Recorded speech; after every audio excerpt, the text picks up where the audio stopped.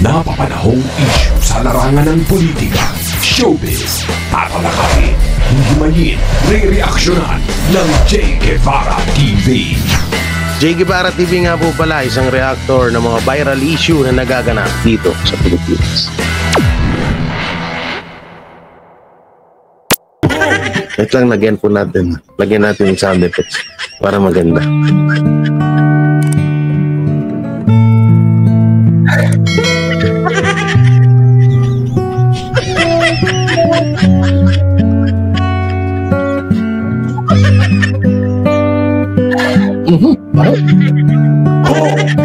Feedback ang po bumalik eh. Feedback tuloy, nag-backfire. So kanina, ako po ay pumunta na ng ISIM. Hindi SM ha, ISIM. Pumunta na po ako at dala-dala ko po ang aking mga papeles. Pagpasok ko po agad sa pintuan ng SM,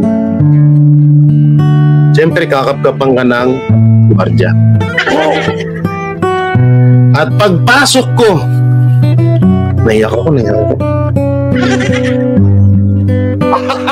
Gago! Pagpasok ko, pinapasok naman ako.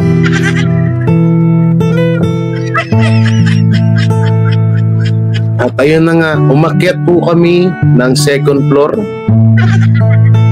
At pag-akyat namin ng second floor, bubulol pa ako. At pag-akyat namin ng second floor, elevator po kami. Ang tanga mo naman, kung may SM nga, tapos mag-aagdanan ka. Ang tanga mo nun. So. At ayun na nga, naudlot ang nawala yung malungkot na sounds. Ibalik mo! Asa na? Yun, okay na. Start. From the top. From the top. From the top. Puta. Ang haba nun.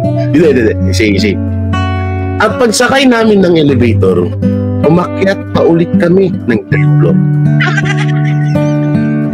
Pag-akyat namin ng third floor, doon na, yun na nga. Nilapitan ko ang gwardiya doon sa kuhaan ng passport. Hindi ko alam kung anong pangalan doon, nakalimutan ko. At ang sabi ko, ma'am, balik po ako dito para kunin ko ulit.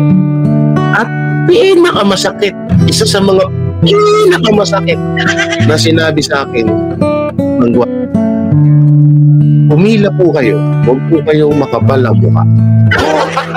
Gago!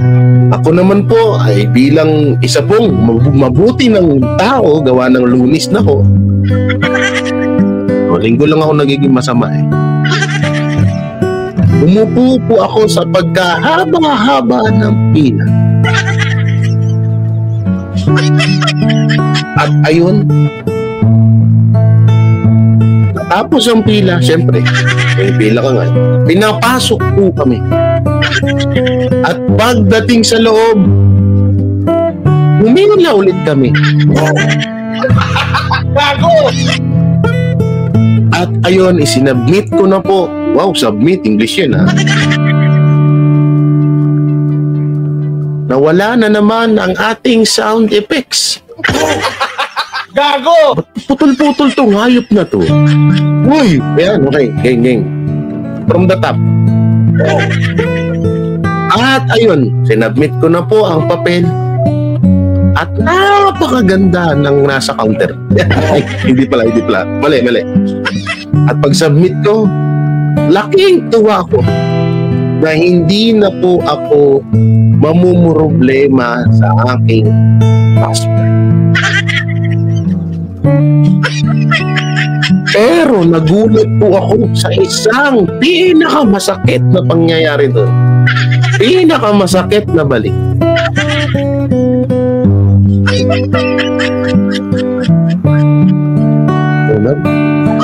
Kaya totoo ba yung sabi ni Mike na may ano daw? Uy, mamaya na yan, nagdadrama pa ako dito eh. Di pa ako nagsisimula eh. Okay, pal. Oo, yan. Okay. At ayun na nga, napunta ako sa pangatlong window shopper. Yung pinagsasubmitan. At laking gulat ko, akala ko mga fans ko sila. Dahil pag naupo po ako sa isang bangko at pinicturan ko ako. Sabi nila, wag daw akong mag-i-spy. At ayun na nga, nagulat po ako sa isang matinding balita. Natapos na naman po ang ating malungkot na sound effects. Itong sound effects na to, laging pirate. Yan, from the top. At ayun na nga, bigla pong sinabi sa akin na Sir Charlie J. Ibarra Duterte Ambuan. Gago! Duterte Ambuan? Tatlo na pala apelido ko ngayon. Duterte Charlie J. Wala si kilaway ko, sorry. Charlie J. Duterte. Ulitin ko ba? Sabi niya sa akin, Mr. Charlie J. Ibarra Duterte Ambuan. Sabi niya, Sir, umalik po kayo ng July. Sakit. Bukas yung pa ako, wisit. Pumamasakad to yung ano ko, yung buto. Sakit. Yung kasi kalandian mo nga ito, pwede ka naman mag-content. Okay. Nagulat po. Naluluwa ako, guys. Naluluwa.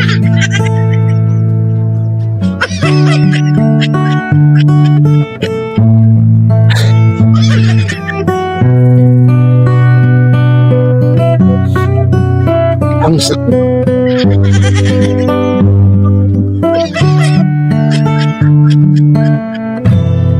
Umiyak na ako. Wala pa rin ba nagpapalipad dyan? At bigla, uy, naputol na naman.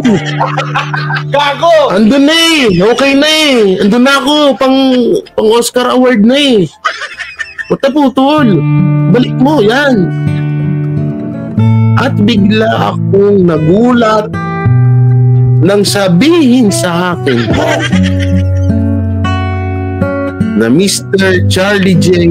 Ibarra Duterte Ambuan,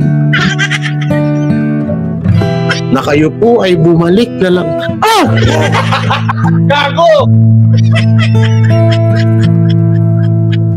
Na kayo po ay bumalik na lang sa July. Sa July 3. Gago! At kaagad po akong binuhusan ng mainit na maligamgam na medyo malamig na langit. Gago!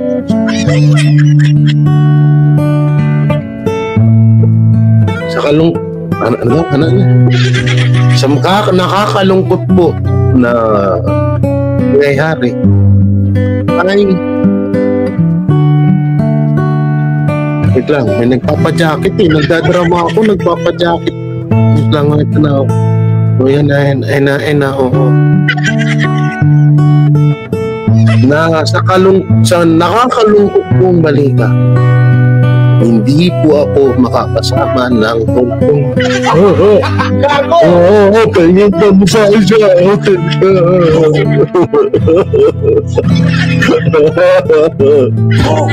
Hindi po ako makakasama sa tungko.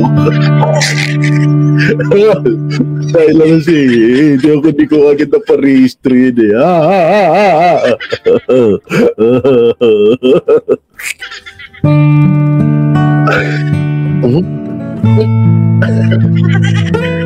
Uy, maraming salamat po, Madam Lindel. Kahit pa paano po napapasaya niyo ako. Maraming salamat po sa $9 niyo, mami. Parang nakakalimutan ko na po yung problema ko sa passport. At ayun na nga. Uy, meron pa ulit. Parang gusto ko pa ulit. Tuloy-tuloy yung kwento. Madami yung palipad. Gago! At ayun na nga. Sa kasamaang palad po, hindi po ako makakasama sa Hong Kong dahil makukuha ko po ang passport ko ng July 3.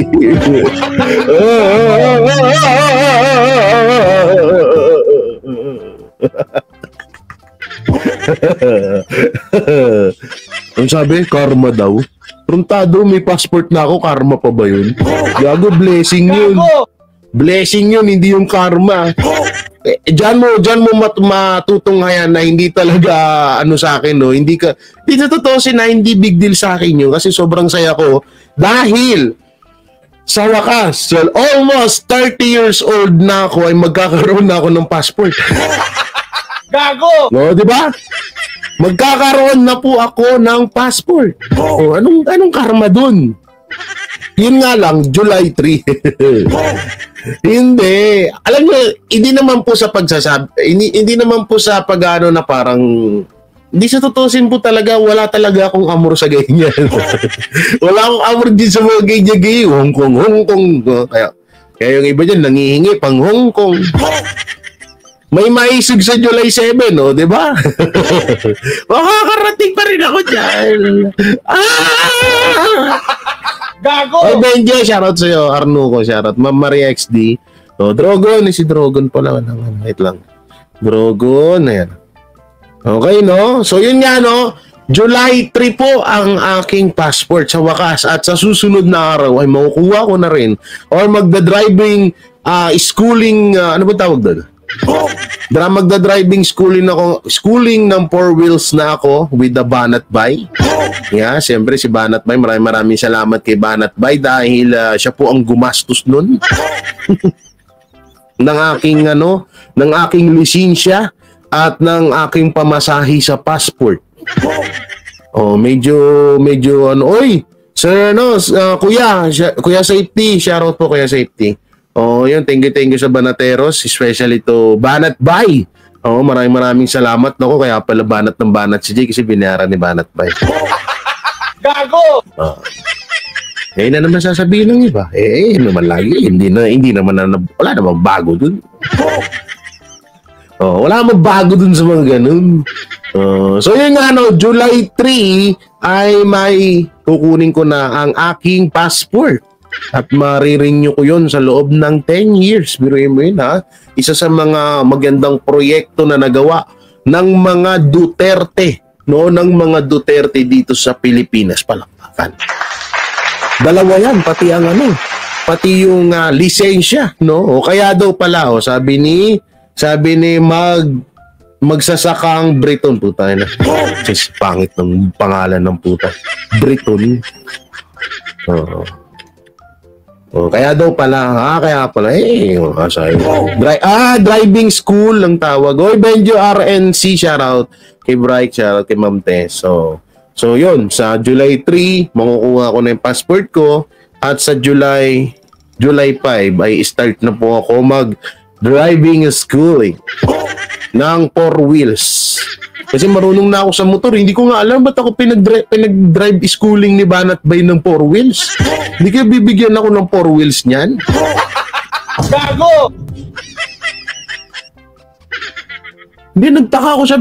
Sabi ko, sir, marunong po ako mag-drive ng motor. Oo, marunong po ako. Ang sabi sa amin, yung 4 wheels daw, 4 wheels, ha? Ba't 4 wheels na rin ko? Wala mo na akong 4 wheels.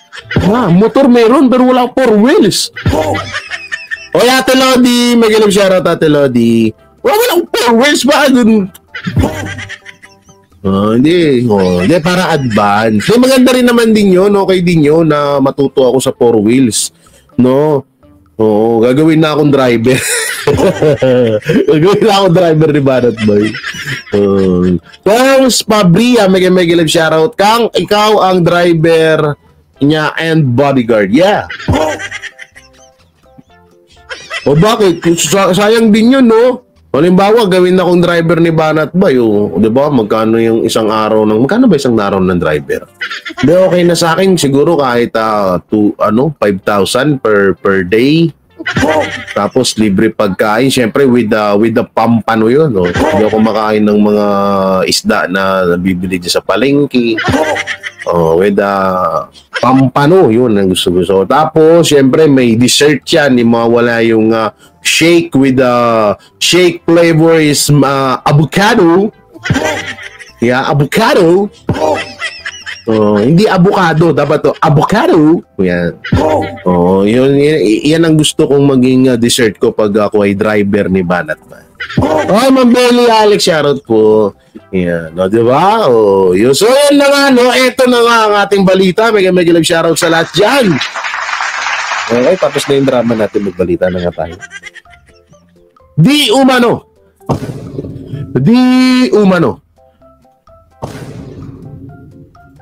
Jay, para magkaroon ka ng 4 wheels. Hindi ko pinangarap yan. Hindi to totoo pera biro. Never ko pong pinangarap na magkaroon ako ng 4 wheels. Alam niyo ito sa daldal kong to, napakasimple lang ng pangarap ko sa buhay. Ngayon sa totoo, ito pera biro, bago tayo magsimula.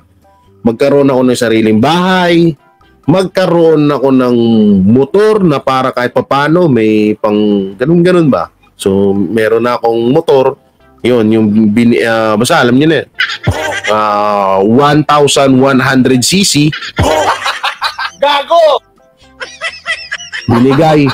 Binigay ni Banat Bay. Joke lang. hindi big bike yun, no? At bahay, wala pa ako. Kasi totoo yung sinabi ni Boss Dada, nagpapagawa ko ng bahay pero na-stop na. Bali, ilang buwan na, kalawangin na nga yung mga poste. Hindi naman ako nagpaparinig, no? Totoo yung sinabi ni Boss Dada na nagpapagawa ko ng bahay. Tapos, simple lang pangarap ko may negosyo, kahit grocery store o kaya lutong ulam. Ganun kasi naglulutong ulam ako ngayon, hindi ko na kaya. Hindi ko na kaya maglutong ulam kasi ay ako po ay nagbablog na at lagi na akong madaling araw natutulog. Alas 5 ng umaga po tulog ko, promise, kasi itong video ko, ini-edit ko pa to, tapos ina-upload ko. So, yun, kaya hindi na ako nakakapagluto ng lutong ulam, inihaw, ganun. Pero sa susunod siguro, ay kaya na ulit natin balik yan, ha? Paano ko nga kasi na-miss ko na rin, tumataba ako pag wala akong ginagawa, puro lang vlog. Siguro gawin ko maglutong ulam ako. Tapos may rin ako, may mga baboy. Meron talaga ako mga baboy. Naloko pa nga si Banat Bay, yung banatero punta kayo dito, paglilitsyon ko kayo. No, ipaglilitsyon ko kayo ng baboy. Tinawanan ako ni Banat Bay. Yung pala gusto pampano. Gago! Sabi ko, grabe naman, ang mahal nun. Maghanap ako kasing laki ng baboy na pampano. Saan ako makakahanap nun? Diba? Si Jarski pala, wala pang diba? Saan ko mahanap yung gusto ni Banat Bay na pampano na kasing laki ng baboy? Tinawanan ako po. Sige, pagkakati kitang manok native. Kasi diba yung mga tiga Maynila, gusto talaga nila yung native na manok, native na baboy. So, bilang pasasalamat, ay inalok ko siya ng gano'n. Ba't tinawanan ako? Gusto ata, pampano. Ay, siya na, kumakuha nun, Banat Bay. Ano lang yun, no? Tinawanan ako.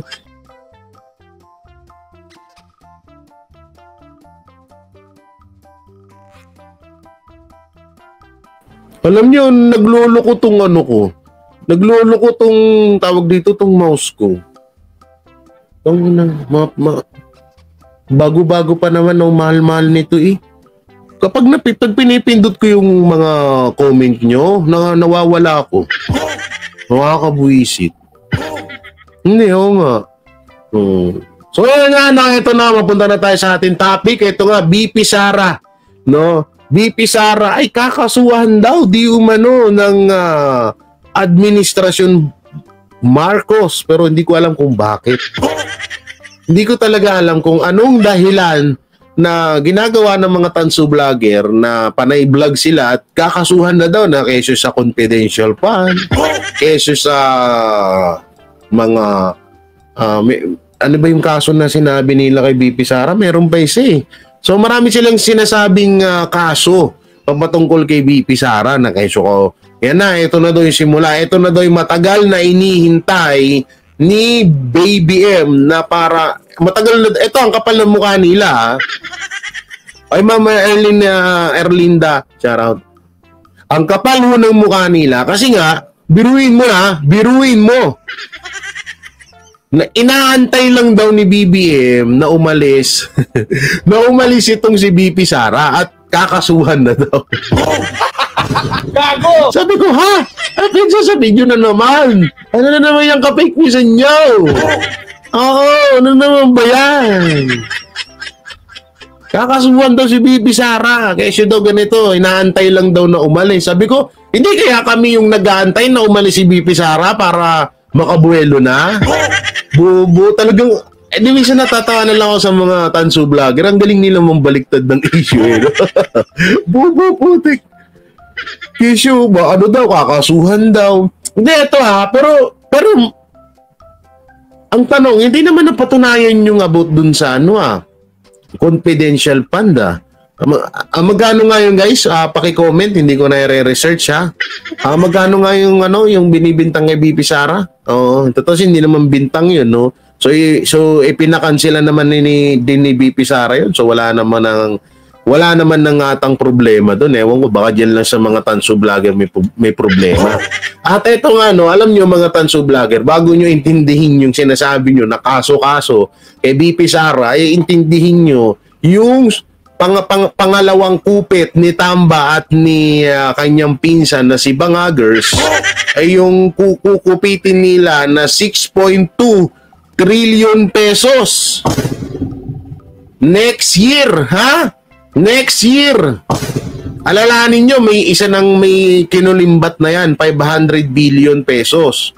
No, na doon pa nga sa issue na yon ay kinasuhan itong sila Ka Eric at si Mama Lori, tama ba? Lori Baduy, di ba? Oo. So ngayon ay ang bali-balita at umuugong sa social media ay next year daw ay bibigyan daw di umano na ang House of Representatives ng 6.2 trillion pesos para mas palawakin di umano ang pagbibigay ng ayuda ni Tamba. Gago!